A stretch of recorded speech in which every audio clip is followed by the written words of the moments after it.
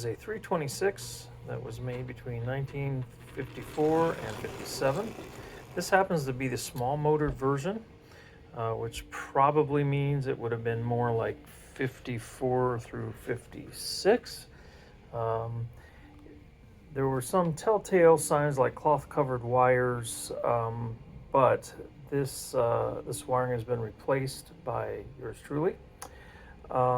In fact, there's a couple things that I've done to this engine.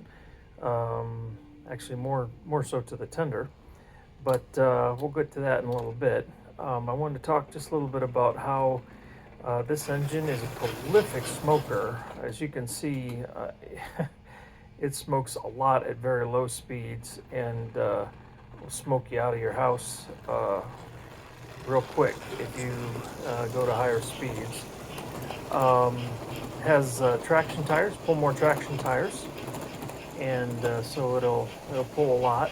Now this particular engine doesn't have maybe the higher RPMs that you see in some of them, but it definitely still goes fast enough that it'll it'll get your passengers where they need to go in a hurry.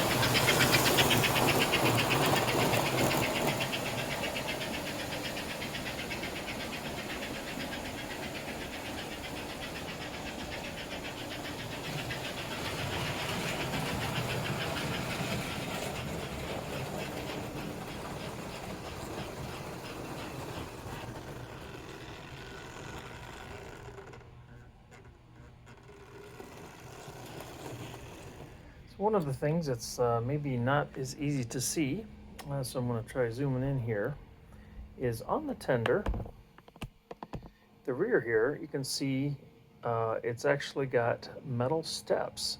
The rear steps on both sides of the tender were gone, so I went ahead and replaced those with a Fiscus Products metal steps, and they have a screw. I threaded the rear lip of the tender here, you can see in the pictures, and put two very short screws in there, and then I also JB welded it and added a tiny bit of super glue just for good measure.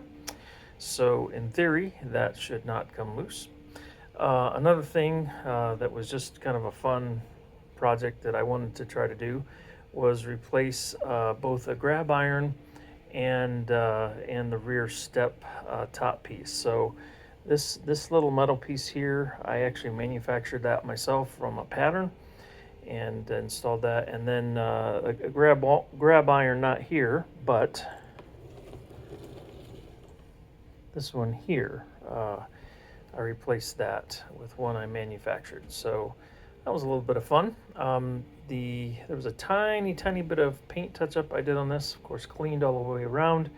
I did a repair to the speaker in the tender, which was cracked. I also put one of my on-off switches.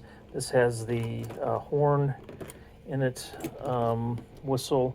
So I put my on-off switch that I like to do. Hopefully we can see that.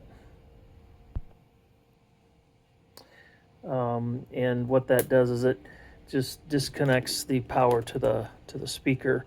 So if you don't want to hear crackling and carrying on, you can put that in the on position, and it'll keep things nice and quiet. But if you have the horn accessory button and you want to blow the horn, whistle, then go right ahead and flip that on, and it'll work. What else can I tell you?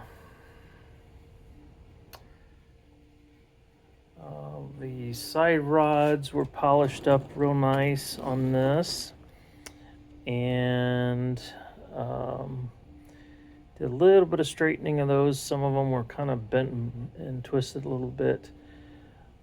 Pretty much everything inside the engine bay was good. Of course, I lubricated everything and checked it out, and it seems to be in good working order, so didn't really do much there. The reverse unit works very well.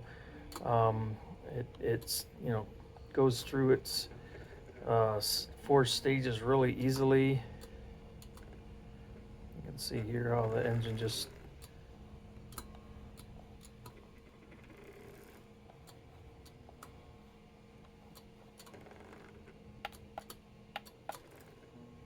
so anyhow, that's what I've got. It's not a whole lot of details on this one, other than it's in good shape now, and it was a little bit rough for before I worked on it. I'm going to go ahead and put the details and along with a link to this video on the website. This one will be available for sale. The only reason I'm choosing to list it is because I have a couple 326s and a whole slew of Hudsons. They certainly are one of my favorites, but at this point I've got Hudsons coming out of my ears. So hopefully there's someone out there that would like to have one of these, because this is a great engine and you'll be able to do a lot of miles with it and pulling freight or passenger service either way.